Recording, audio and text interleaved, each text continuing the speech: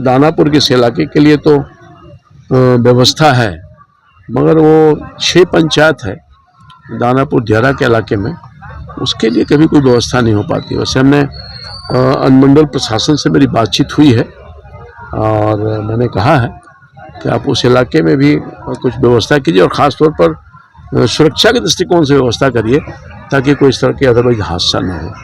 और नाव का परिचालन उस दिन बंद रहेगा क्योंकि फिर किसी प्रकार की दुर्घटना नहीं हो, और उसके लिए एसडीआरएफ एनडीआरएफ की जो टीम लगाई गई है और हम लोगों की पेट्रोलिंग टीम नदी में भी रहेगी और उस दिन परिचालन बंद रहेगा। सभी अनुमंडल के अधिकारी को निर्देशित किया गया है। और इसलिए जो हमारे बड़े घाट हैं, दीघा घाट हैं और कलेक्ट्रेट घाट है, गाय घाट है, और दानापुर में जो नारियल घाट और पीपापुल घाट, इस तरह के जो घाट है, नासरीगंज घाट है, इन सभी जगहों पर ट्रैफिक की पर्याप्त व्यवस्था की गई है। पार्किंग स्थल जो पहले से चिन्हित हैं उनको ठीक ठाक करा दिया गया है।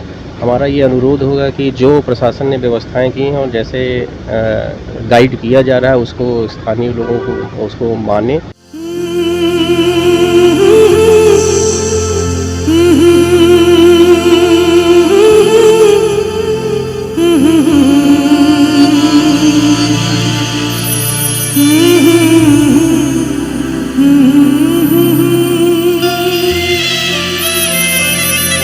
दिवाली बीतते ही बिहार में लोक आस्था के महापर्व छठ की तैयारियां तेज हो गई हैं।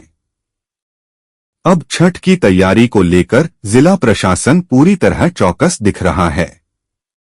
पटना जिलाधिकारी चंद्रशेखर सिंह ने शुक्रवार को दानापुर के नासरीगंज घाट, पालीगंज, मसौढ़ी अनुमंडल क्षेत्र के कई छठ घाट का निरीक्षण करने के लिए निकले। डीएम ने बताया कि पटना में 109 घाट हैं, जिसमें 101 घाट छठ करने लायक है। 8 घाट खतरनाक हैं। डीएम ने कहा कि जिला प्रशासन की ओर से पूरी व्यवस्था की गई है। छठ के दिन नाव परिचालन पर पूरी तरह रोक रहेगी, लेकिन जहां पीपा पुल से आवागम हो रहा था और अभी नाव से आवागम हो रहा है, उन जगहों पर नाव चलेगी, लेकिन ओवरलोडिंग नाव नहीं होगी, क्योंकि जब तक पीपा पुल नहीं लग जाता है तब तक एकमात्र साधन नाव ही है, तो उसे बंद करना संभव नहीं है। जहाँ जहाँ इस चीज़ की आवश्यकता होगी जिला प्रशासन उसको पूरा करेगी। सरकार बिल्कुल दुरुस्त है। माननीय मुख्यमंत्री जी का विजिट हो चुका है, फिर होने वाला है।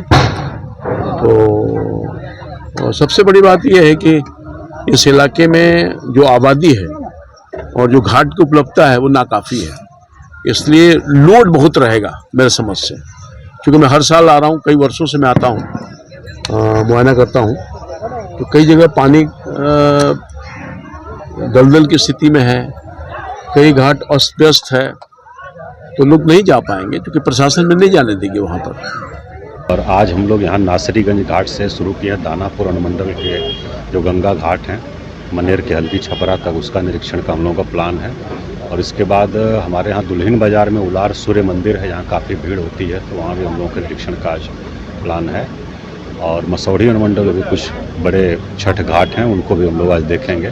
तो मुख्य रूप से वहाँ जो तैयारी हो रही है उसका निरीक्षण कर रहे हैं, किसी प्रकार की कोई कमी नहीं रहे और कोई दुर्घटना का चांस नहीं रहे, तो उसी को लेकर के हम लोग निरीक्षण कर रहे हैं। तो अभी व्यवस्था ठीक है, काम चल रहा है तेज़ी से, और 2-3 दिन का समय है, उसमें बाकी काम पूरा कर लिया जाएगा।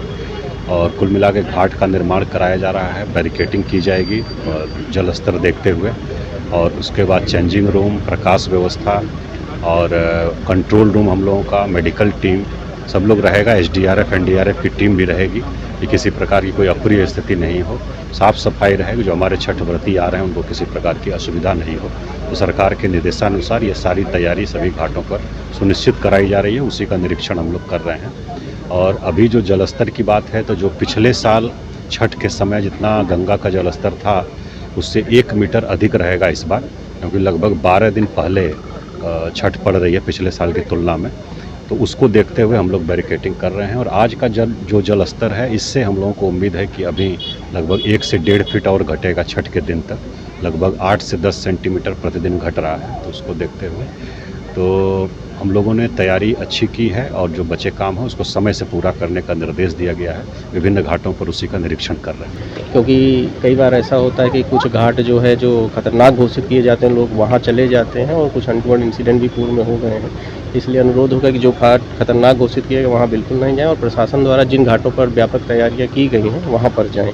इसके अलावा छठ पर क्योंकि लोग बड़ी संख्या में रात में घाट पर रहते हैं, तो वैसे घाटों में रात में भी सुरक्षा बलों की प्रतिनियुक्ति की गई है। पुलिसकर्मी वहाँ रहेंगे और गांव जो उनके घर हैं उन घरों पर भी जो है गश्ती वगैरह की व्यवस्था वैसे मोहल्लों में की जा रही है। नासरीगंज मोड़ जो है छठ के दिन अमूमन देखा जाता है कि शाम के अर्घ के दिन पूरा चौक हो जाता है, दोनों तरफ से गाड़ियाँ आती जाती है, तो उसके लिए क्या कुछ स्पेशल कुछ व्यवस्थाएं की? नहीं, देखिए इसमें दिक्कत तभी होती है जब लोग एकदम लास्ट मोमेंट में बड़ी संख्या में आते हैं। इसलिए हमारा अनुरोध होगा कि पहले से ही आना शुरू कर दें, क्योंकि जो शाम वाला अर्घ होता है उसमें दोनों तरफ से ट्रैफिक चलता रहता है, लोग आते भी रहते हैं, लोग 3 साढ़े 3 बजे से आने लगते हैं और वापस भी जाने लगते हैं। उसमें जब लास्ट मोमेंट में लोग बड़ी संख्या में आते हैं तो समस्या होती है। इसीलिए सुबह के अर्घ में इस तरह की समस्या नहीं होती, क्योंकि लोग आते हैं और फिर एक अलग अलग समय में निकलते हैं, आने और जाने का समय अलग अलग हो जाता है। इसलिए शाम के समय में जो जहाँ रोका जाए लोग वहाँ रुकें। कई बार लोग रुकना नहीं चाहते हैं और बहुत घाट के नज़दीक आना चाहते हैं, खासकर जो बाद में आते हैं। इसलिए अनुरोध होगा कि समय से आ जाएं और जहाँ पर फिर जो ट्रैफिक के कर्मी हैं, जो पुलिसकर्मी प्रतिनियुक्त किए गए हैं यातायात संचालन में, उनके द्वारा जो अनुरोध किया जा रहा है उस अनुरोध को मानेंगे तो इस तरह की कोई समस्या नहीं होगी।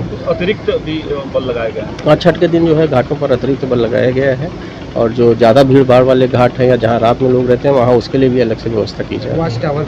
वाच टावर लगाए गए हैं, रोशनी की आने जाने वाले रास्तों में पर्याप्त रोशनी की व्यवस्था की गई है, घाटों पर वाच टावर बनाए गए हैं। इसके अलावा बैरिकेडिंग भी प्रशासन द्वारा की जा रही है। ये भी अनुरोध होगा कि बैरिकेडिंग को लोग क्रॉस नहीं करें।